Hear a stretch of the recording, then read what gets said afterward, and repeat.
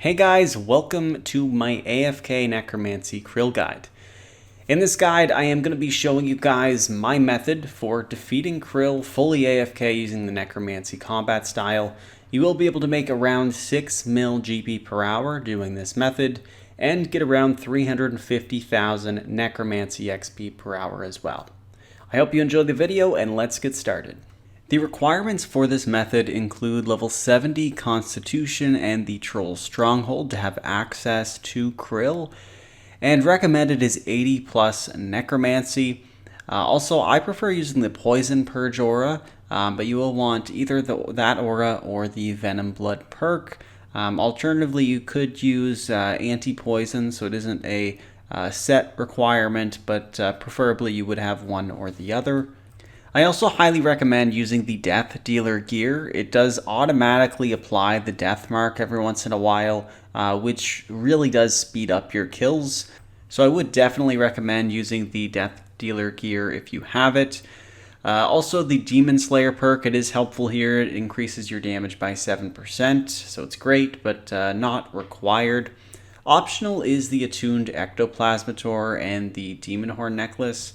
So this gives you some AFK prayer XP and basically unlimited prayer. Now, it isn't necessary to use Soul Split. You'll actually be able to heal enough with your Vengeful Ghost. So it's not needed to use prayers. In fact, Kril even hits you harder if you have prayers or curses active. But if you want to have that unlimited prayer and a bit of AFK prayer XP, you can do it. You can use the Sorrow Curse if you do have it, which will increase your DPS. So that part is optional. Now, in terms of the gear setup that I am going to be using, you can see I am using the Death Dealer armor. I do have the Poison Purge aura active. So what this does is it allows you to heal when you're poisoned.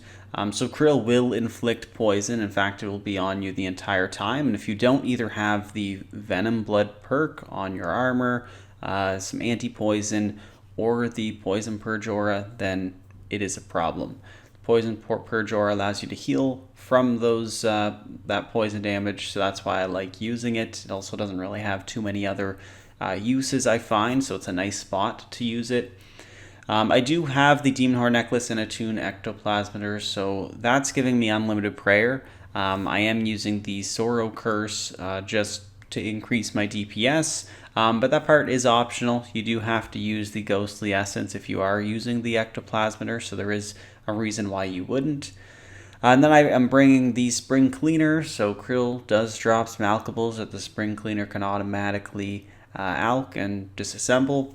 Magic Notepaper for the potions that he drops on the ground.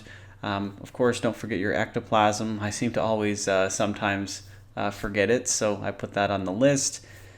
And then as for the abilities that you are going to be using for Necromancy, if you do have level 99 and you have the Conjure Undead Army ability unlocked, that is what I would put first on your action bar. Using that will summon all 3 of your conjures at once, and it will only use one ability rather than having to use all 3. So that's highly recommended at the top of the bar if you do have it.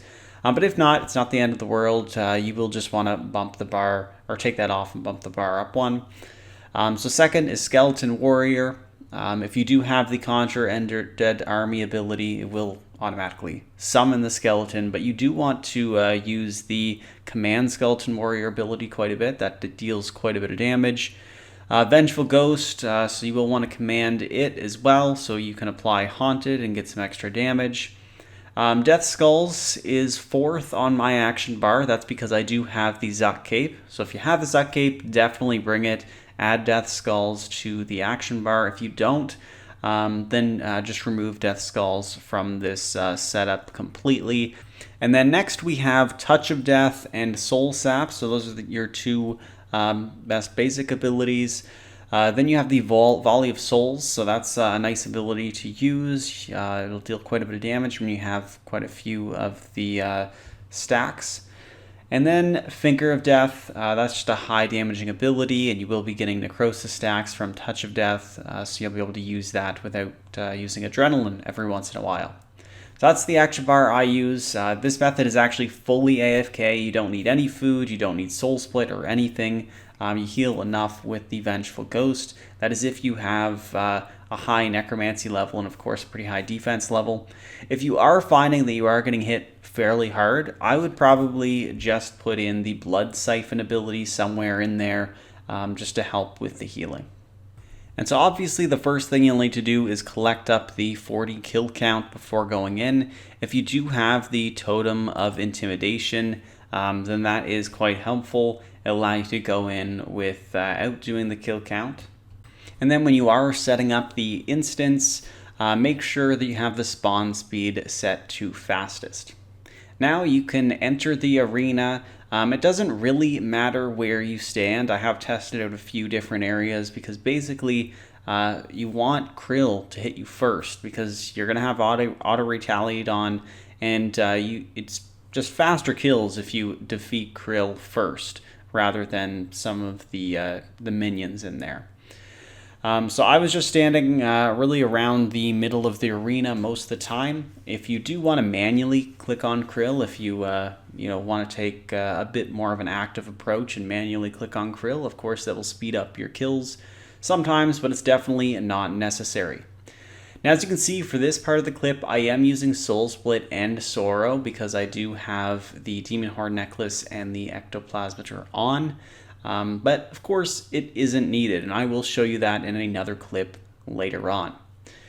You also saw that first kill. It was around 30 seconds, so it was a bit long, but this next kill I actually applied the death mark. So because I have the death dealer gear on, I have that chance at applying death marks, and I killed Kril extremely fast. So if you will have a few kills that might be 30, maybe 40 seconds long.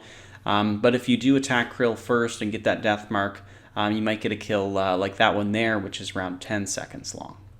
And so just to show you a few kills without using any prayer, and just to show you, that I don't actually need to heal at all. So you can see this one here. I do have the Ectoplasmator and Demon Horn Necklace on, but I'm not using any prayers. And you can see that my health is basically staying at full because that Vengeful Ghost is healing me so much. I also have the Poison Purge aura, which is healing me as well. So that's a reason why you would have that. But you could even use the Vampirism aura if you don't have the Poison Purge aura active or it's on cooldown, as long as you do have, the Venom Blood perk or something like that. So the method is really that simple. In fact, I've even been AFKing Kril while making and editing this video. So it is super simple as long as you have some of those requirements and recommendations. Now, one thing I will mention is that drops do despawn after 2 minutes. So you will want to have an eye on the screen in case you do get one of those unique drops. You don't want it to despawn, and sometimes I am away from the screen more than 2 minutes at a time and the drop might despawn, but it is nice to have an eye on it just to prevent that from happening. And so the method really is as easy as that. You will be able to make around 6 mil per hour defeating Kril this way, and you'll also get around 350,000 Necromancy XP per hour, so it is a pretty decent training method for Necromancy, especially considering you will make a fair amount of money per hour for an AFK method, and you'll also be getting some Marks of War as well. So anyway guys, I really hope you found this AFK Kril guide helpful, and if you did, make sure to hit the thumbs up button and subscribe for more RuneScape 3 content. I am planning on making a few more Necromancy related boss guides in the future, so stay tuned for that. Thank you guys for watching, and I'll see you all in the next one. Peace.